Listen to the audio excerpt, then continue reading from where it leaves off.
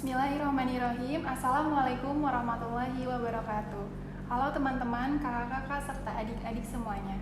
Selamat datang di Pose Podcast Semesta episode Project Group Gizi. Di mana pada kesempatan kali ini kami mengambil tema mengatur pola makan dan mengatur gaya hidup sehat untuk mencegah obesitas. Sebelumnya perkenalkan, saya Nisa Nurhalisa dari Project Group Gizi.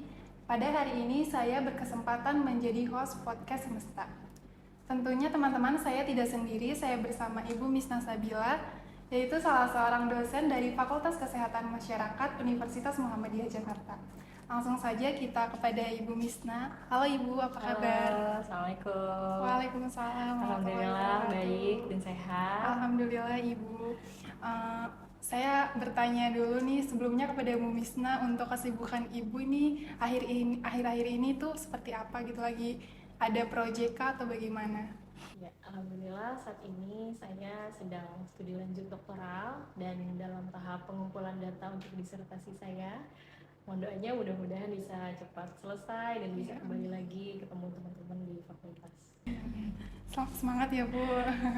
Siap. Ya. Kan di sini kita membahas tentang obesitas ya Bu. Karena mungkin Ibu sebagai dosen gizi nih di sini, saya pengen tahu nih pandangan Ibu itu, menurut Ibu obesitas itu seperti apa sih, atau apa sih, bagaimana? Baik.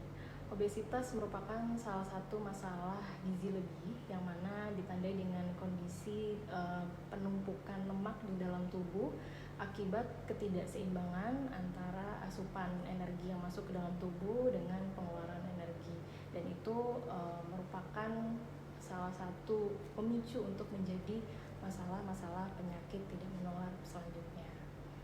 Menurut Ibu, pandangan Ibu tuh obesitas di Indonesia itu seperti apa sih Bu? Kan sekarang udah banyak banget nih yang terkena obesitas di Indonesia gitu. Ya, mungkin kita kalau melihat secara kasat mata kita kenalnya obesitas itu gemuk gitu ya. Kita melihat banyak di sekeliling kita orang yang bertubuh gemuk atau gendut, dan memang berdasarkan riset nasional ya, riset kesehatan dasar yang dilakukan oleh Badan Litbang Kementerian Kesehatan, berdasarkan survei di tahun 2013 ke tahun 2018 itu trennya memang meningkat. Kalau tidak salah dari 28% menjadi sekitar 35%. Nah, yang berdasarkan Riskesdas tahun 2018 ini pada usia dewasa 18 tahun ke atas, prevalensinya itu sebanyak 35,5%, yang mana ini dibagi lagi menjadi dua. Pada mereka yang IMT-nya 25 sampai dengan kurang dari 27 itu sebesar 13,6%, dan yang di atas 27 berarti ini sudah masuk kategori obesitas ya, atau gemuk yang tingkat berat, ini lebih tinggi. Bahkan kalau di dalam laporan itu disebutkan ini termasuk yang sangat tinggi, yaitu 21,8%.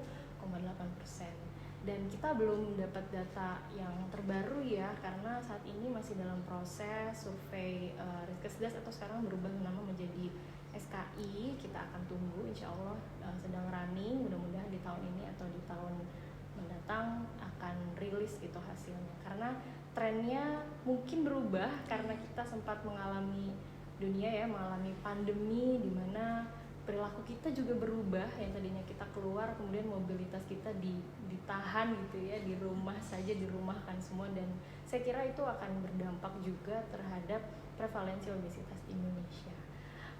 Perlu saya tambahkan juga bahwa obesitas ini tadi kan saya sebutkan pada dewasa ya, ternyata bukan hanya pada dewasa, pada anak-anak itu juga banyak yang mengalami obesitas. 1 dari 5 anak itu mengalami obesitas. Pada remaja, 1 dari 7 remaja mengalami obesitas. Dan pada dewasa tadi ya, 1 dari 3 orang dewasa di Indonesia mengalami obesitas. Jadi rasanya kalau dulu mungkin permasalahan gizi adalah masalah gizi kurang saja, sekarang bukan lagi gizi kurang, tapi jadi double burden atau bahkan triple burden, karena bukan beban ganda lagi, tapi 3 ya bebannya. Gizi kurang iya, kemudian gizi lebihnya juga. Dan itu merupakan masalah gizi yang sedang kita hadapi saat ini. Cukup tinggi juga ya Bu berarti obesitas di Indonesia itu. Baik Bu, selanjutnya itu bagaimana sih caranya supaya kita mengetahui tubuh kita itu obesitas atau tidak gitu Bu? Ya, untuk mengetahuinya kita perlu melakukan penilaian status gizi. Salah satunya dengan metode antropometri. Jadi kita melakukan pengukuran terhadap berat badan kita, kemudian tinggi badan kita ya. Kemudian nanti kita akan menilai yang namanya adalah indeks massa tubuh. Nah, indeks massa tubuh itu adalah perbandingan antara berat badan dengan tinggi badan. Kita ukur berat badan dengan timbangan berat badan untuk manusia ya, dalam kilogram. Kemudian kita ukur tinggi badannya menggunakan mikrotoa atau 1 meter, dalam sentimeter biasanya kita dapatkan hasilnya ya. Nah, kemudian kita masukkan ke dalam rumus perhitungan IMT atau indeks massa tubuh tadi, atau bahasa Inggrisnya body mass index atau BMI. Rumusnya adalah berat badan dalam kilogram dibagi kuadrat tinggi badan dalam meter. Misalnya Nisa berat badannya 48 gitu ya, dibagi tinggi badannya 155 cm misalnya. Nah, itu dijadikan meter dan dikuadratkan. Nah, kemudian hasilnya ini kita lihat ada standarnya, kategori dari IMT ini yang Kemenkes juga sudah punya ya, yaitu IMT yang normal adalah 18,5 sampai dengan 25. Jadi kalau di atas 25 itu sudah masuk kategori gemuk tingkat ringan ya. Di atas 25 sampai dengan di bawah 27. Nah, kemudian 27 ke atas itu masuk gemuk tingkat berat ataupun obesitas. Gitu. Itu adalah indikator yang dipergunakan atau standar yang dipergunakan di Indonesia. Nah, selain untuk menilai obesitas, selain menggunakan IMT, kita juga bisa yang lebih mudah ya, kita juga bisa menggunakan pengukuran lingkar pinggang atau lingkar perut. Jadi kalau tadi harus mengukur tinggi badan mungkin cari alatnya agak susah, harus ke klinik gitu ya. Nah, ini yang lebih mudah, kita bisa mengukur lingkar perut atau lingkar pinggang, bisa pakai meteran ya, kita ukur dengan cut off point atau ambang batasnya adalah bagi perempuan ya, perempuan dewasa ya, itu 80 cm. Jadi kalau di atas 80 cm maka ini termasuk obesitas ya, obesitas sentral dan beresiko untuk terkena penyakit-penyakit tidak menular. Sementara untuk yang laki-laki di atas 90 cm. Jadi batasannya 90 cm begitu. Nah, mungkin nanti habis ini kita coba cek ya IMT-nya atau lingkar perutnya, jangan-jangan kita termasuk obesitas nih. Sebenarnya penyebab utama dari obesitas sendiri itu apa sih, Bu? Penyebabnya utamanya dari dua sih ya, dari makan, asupan makannya atau energi yang masuk ke dalam tubuh ya, dan aktivitas fisiknya untuk mengeluarkan energi yang masuk tadi. Nah, pola makannya seperti apa yang bisa menyebabkan obesitas? Tentu pola makan yang berlebih, terutama tinggi kalori ya, tinggi karbo, kemudian tinggi lemak ya. Nah, ini yang nanti akan diolah ya, diubah menjadi lemak, dan apabila tidak dipergunakan sebagai energi, tidak dikeluarkan ya, maka akan terjadi penumpukan lemak dan akhirnya obesitas. Juga aktivitas fisik. Aktivitas fisik apa ya yang menyebabkan obesitas? Yaitu aktivitas fisik yang rendah ya, yang banyak tidur-tiduran aja atau malas gerak ya, cuma nonton TV aja sambil ngemil. Nah, itu tentu sebagai pemicu obesitas. Apalagi kita beberapa tahun belakangan ini kan pandemi ya, dimana kegiatan kita dirumahkan, kita belajar di rumah, ngajar juga di rumah, hanya di depan laptop seharian, mau jalan-jalan, olahraga aja terbatas ya. Nah, itu bisa menurunkan aktivitas kita ya, dan menjadi penyebab obesitas. Namun juga ada faktor-faktor lain, seperti misalnya genetik ya, sebesar sekitar 50% anak yang orang tuanya obesitas itu bisa terkena obesitas juga. Dan terutama bukan dari genetiknya, tapi adalah dari kebiasaan makan dan pola hidup orang tuanya. Ada orang tua yang pola makan kebiasaannya berlebih, tinggi kalori, tinggi lemak ya, biasa makan junk food ya. Nah, ini tentu akan menularkan ke anaknya. Juga yang aktivitas fisiknya rendah, ini akan menularkan ke anaknya, sehingga anaknya pun berpotensi untuk mengalami obesitas. Apalagi lifestyle kita sekarang juga sangat dimudahkan ya, dengan kecanggihan teknologi ya, mau naik ke lantai berapa udah ada lift, kita nggak pakai tangga ya kan. Nah, itu sebetulnya apa ya, satu sisi pemanfaatan teknologi, tapi satu sisi kita jadi aktivitas fisiknya jadi berkurang. Nah, disitulah peran kita untuk betul-betul bisa memodifikasi aktivitas kita. Jadi dua, yang paling utama dari asupan makannya dan dari aktivitas fisiknya. Pola makan sama Pola makan. gaya hidupnya ya Bu. Ya. Jadi seberapa penting kita menjaga pola makan kita dan gaya hidup agar terhindar dari obesitas Ya, itu? penting sekali karena itu menjadi yang paling utama ya. Jadi sedari kecil ya orang tua harus bisa untuk mengatur ya, membiasakan anak-anaknya untuk pola makan yang sehat ya, kemudian aktivitas fisik yang baik ya untuk mencegah obesitas ini.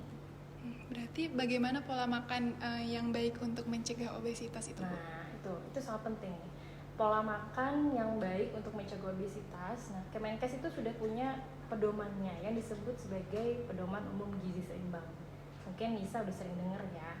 Nah, di dalam gizi seimbang itu sebetulnya bukan hanya memikirkan asupan yang masuk, tapi juga yang keluar. Jadi di gizi seimbang itu divisualisasikan dalam tumpeng gizi seimbang.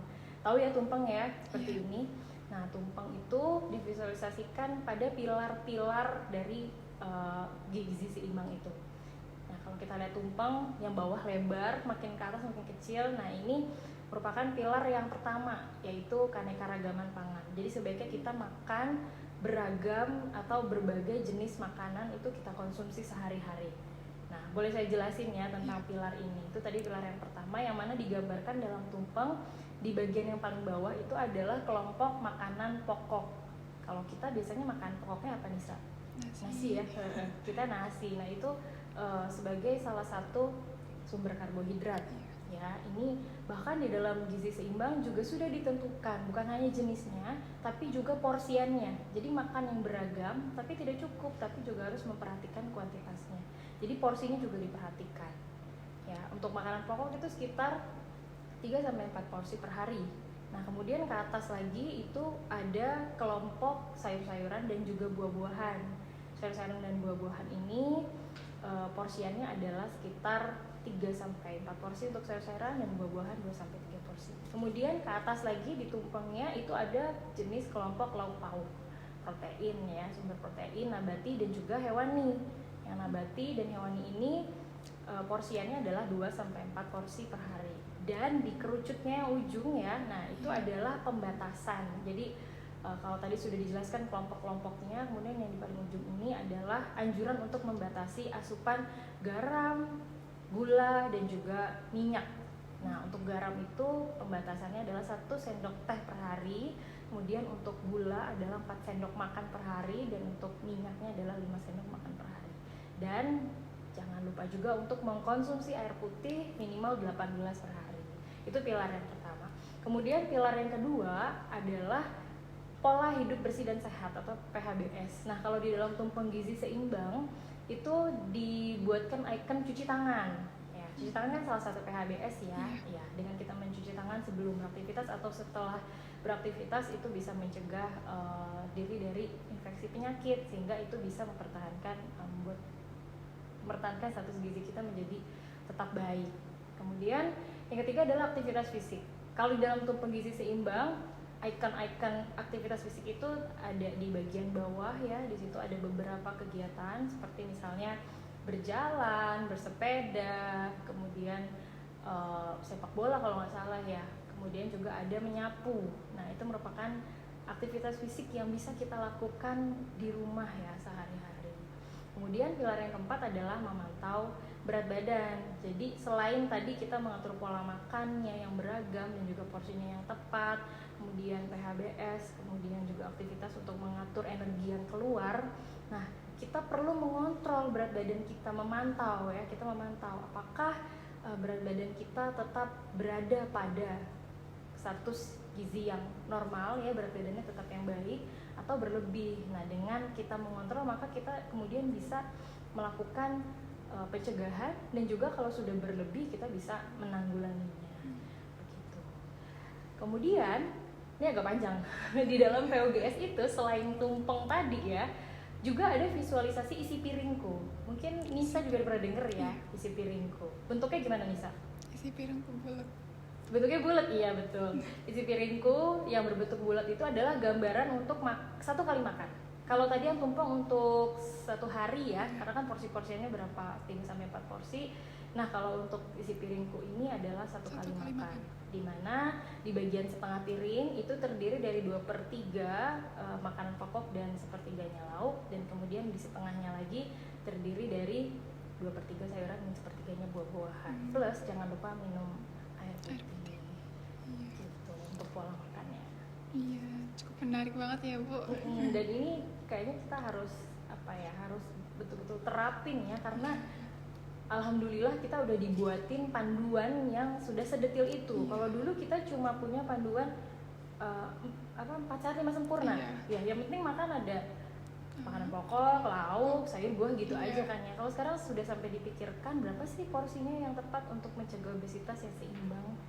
Gitu. Bahkan aktivitas fisiknya juga dipikirin ya. Ada anjurannya yaitu 30 menit per hari atau 150 menit per minggu, atau minimal 5 kali dalam seminggu, dan setiap sesinya adalah 30 menit. Ya, lebih mudah diterapkannya juga berarti ya. Betul. Iya. Apa yang sebaiknya dilakukan gitu jika sudah masuk kategori obesitas gitu Bu, untuk kita yang terkena obesitas? Ya, apa yang bisa kita lakukan? Karena tadi diutamakan dari 2 tadi ya, asupan dan juga aktivitas fisik, tentu kita mengurangi asupannya. Karena penyebabnya asupannya berlebih, jadi kita kurangi. Tapi perlu berhati-hati juga, jangan sembarang mengurangi, karena yang banyak terjadi adalah mentang-mentang merasa dirinya obesitas, kemudian ngurangin asupan tuh benar-benar nggak makan sama sekali, atau skip sarapan, nggak sarapan, atau makannya cuma sekali aja, cuma di siang hari. Nah, ini sebetulnya nggak tepat.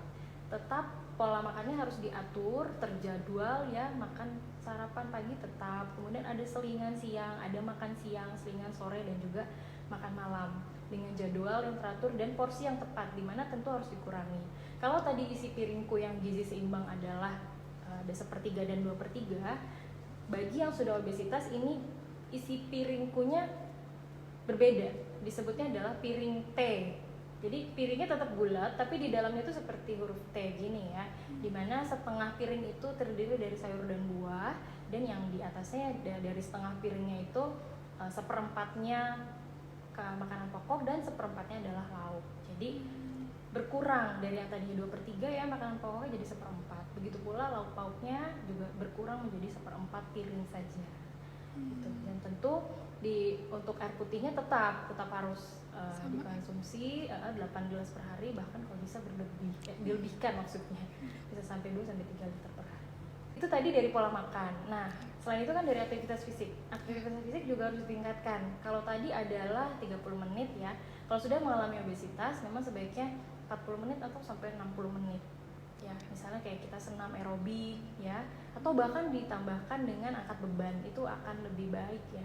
Karena sebenarnya prinsip penurunan berat badan itu adalah mengurangi kalori sekitar 500 kilokalori sampai 1000 kilokalori per harinya. Gitu. Selain itu juga perlu untuk istirahat yang cukup. Jadi sebaiknya memang 6 sampai 8 jam per hari ya. Dengan istirahat yang cukup maka kita akan terhindar dari kebiasaan makan di malam hari. Kalau begadang itu biasanya kan kita malah jadi sering ngemil ya, dan ngemilnya biasanya makan makanan yang gak sehat. Dan juga kalau begadang itu akan merubah metabolisme kita, ada hormon-hormon yang berfungsi untuk memberi sinyal rasa kenyang, laparnya itu akan terganggu. Jadi kita malah jadi lebih sering lapar gitu. Jadi istirahatnya juga harus cukup gitu. Iya. Berarti apa dampak yang akan terjadi apabila generasi muda ini tidak mengubah pola hidupnya, kayak pola makannya berlebihan, terus aktivitas fisiknya juga rendah gitu Bu? Wah, kalau tidak dirubah polanya ya tetap seperti itu, maka ya mengkhawatirkan ya, karena bisa jadi tren obesitas pada remaja bahkan nanti dewasa itu akan meningkat.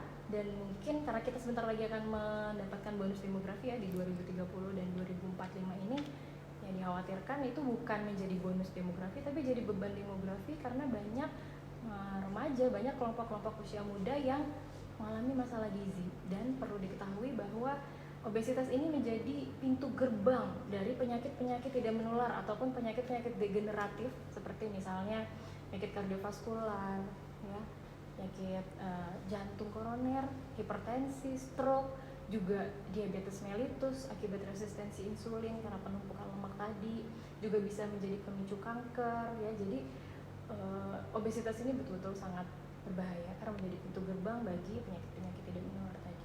Kemudian kalau obesitas ini dampaknya juga bisa mengurangi estetika gitu ya. Jadi bisa mempengaruhi kepercayaan diri seseorang juga, mempengaruhi psikisnya ya. Dan kalau mereka sudah terkena stigma obesitas, yang lebih dikhawatirkan lagi adalah mereka bukan menanggulanginya tapi malah bisa memperparah. Mereka kurang percaya diri, kemudian pelarian dari stres ya, misalnya stres, kemudian pelariannya adalah dengan makan. Akhirnya ya nggak terselesaikan, lama-lama obesitas semakin bertambah ya, dan semakin banyak gitu di Indonesia. Cukup menarik sekali ya Bu ini pembahasan kita kali ini. Obesitas ini menjadi sangat penting sekarang ini dibahas di era yang sudah sangat modern. Jadi untuk kesimpulannya kita perlu banget nih ngejaga pola makan sama aktivitas gitu ya.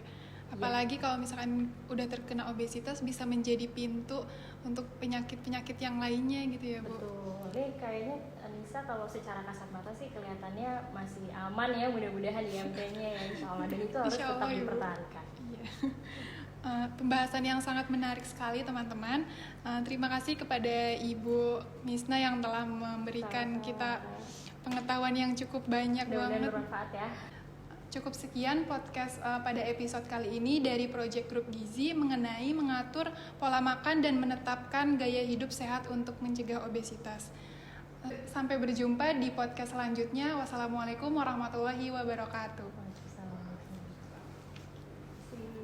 Terima kasih Bu.